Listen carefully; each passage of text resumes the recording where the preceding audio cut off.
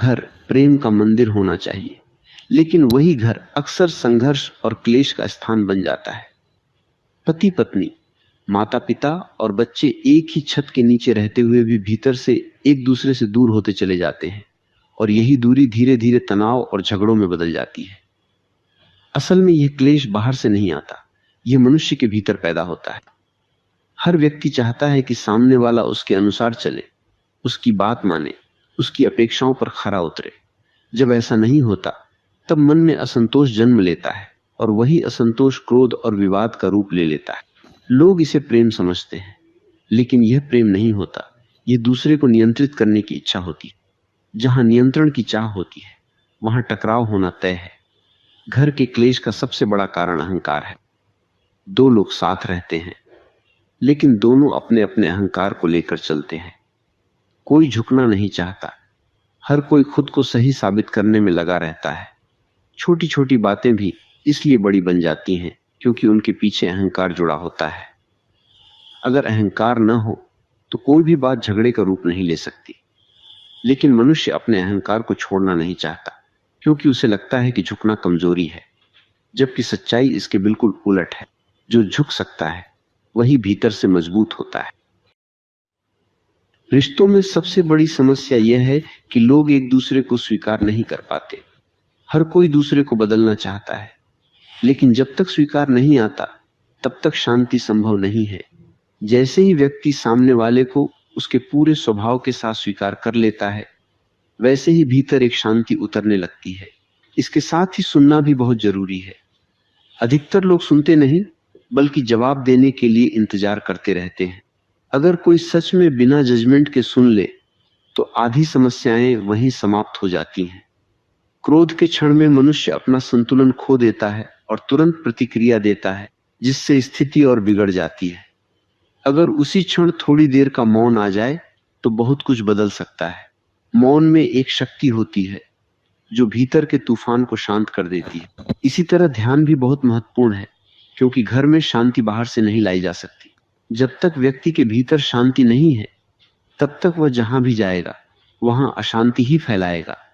और जब भीतर शांति आ जाती है तो वही व्यक्ति अपने आसपास के वातावरण को भी शांत कर देता है। प्रेम को भी सही तरीके से समझना जरूरी है।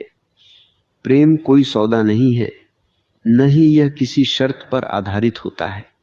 यह एक स्वाभाविक प्रवाह है जो बिना किसी अपेक्षा के बहता है। जब प्रेम में अपेक्षाएं जुड़ जाती हैं, तब वह बोझ बन जाता है और धीरे धीरे क्लेश में बदल जाता है।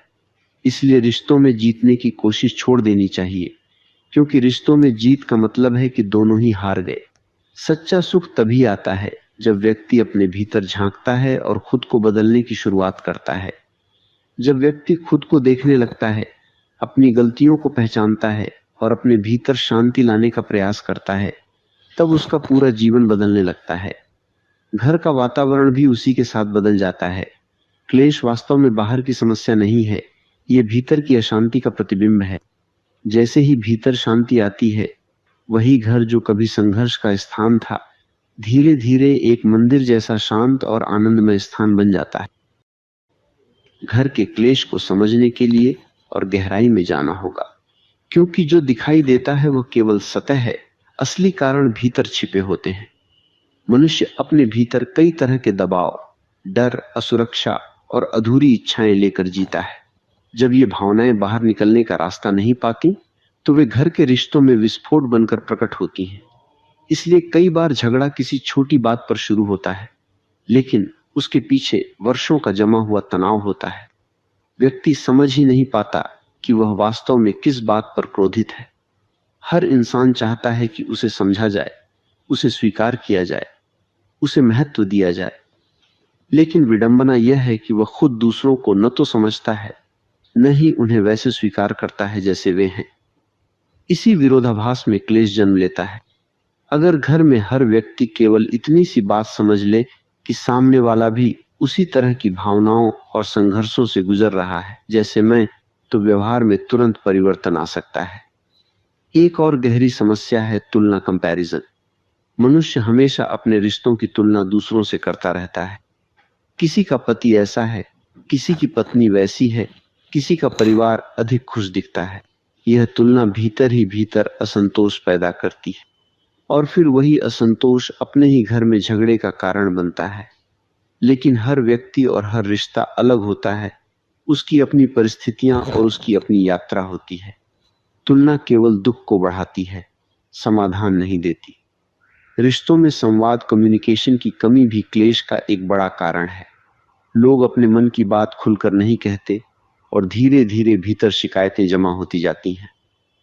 फिर एक दिन वे अचानक फूट पड़ती हैं और बड़ा विवाद बन जाता है। अगर समय समय पर शांत मन से बातचीत हो तो बहुत सी समस्याएं शुरुआत में ही समाप्त हो सकती हैं। लेकिन इसके लिए ईमानदारी और साहस चाहिए, क्योंकि अपने मन की सच्चाई कहना आसान नहीं होता। घर के वातावरण पर व्यक्ति की मानसिक स्थिति का गहरा प्रभाव पड़ता है। अगर एक भी व्यक्ति लगातार नकारात्मकता में जी रहा है तो उसका प्रभाव पूरे घर पर पड़ता है। इसलिए जरूरी है कि हर व्यक्ति अपनी जिम्मेदारी समझे और अपने भीतर सकारात्मकता और जागरूकता लाने का प्रयास करे। यह काम किसी और के लिए नहीं, खुद के लिए करना होता है। धीरे धीरे अगर व्यक्ति अपने भीतर देखने की आदत डाल ले, अपने विचारों और भावनाओं को समझने लगे, तो उसे यह एहसास होने लगता है कि असली समस्या बाहर नहीं, भीतर है। यह समझ ही परिवर्तन की शुरुआत है। जैसे ही व्यक्ति अपनी जिम्मेदारी स्वीकार करता है, वैसे ही वो दूसरों को दोष देना बंद कर देता है और यहीं से क्लेश समाप्त होने लगता है। जब घर में लोग एक दूसरे को बदलने की बजाय समझने लगते हैं, जब वे सुनने लगते हैं, जब वे अपने अहंकार को थोड़ा थोड़ा छोड़ने लगते हैं, तब धीरे धीरे घर का माहौल बदलने लगता है। वही लोग, वही परिस्थितियां, लेकिन अनुभव बिल्कुल अलग हो जाता है। पहले जहां तनाव था, वहां अब सहजता आने लगती है। जहां शिकायतें थीं, वहां अब स्वीकार आ जाता है। अंततः ये समझना जरूरी है कि शांति कोई बाहरी चीज नहीं है जिसे कहीं से लाकर घर में रखा जा सके। शांति एक आंतरिक अवस्था है जो हर व्यक्ति को खुद अपने भीतर पैदा करनी होती है। जब एक व्यक्ति भी सच में शांत हो जाता है तो उसका प्रभाव पूरे घर पर पड़ता है, और जब घर के कई लोग इस दिशा में बढ़ने लगते हैं तो वही घर एक नई ऊर्जा, एक नए प्रेम और एक गहरी शांति से भर जाता है। यही वह अवस्था है जहां क्लेश अपने आप समाप्त हो जाता है और जीवन एक उत्सव बन जाता है।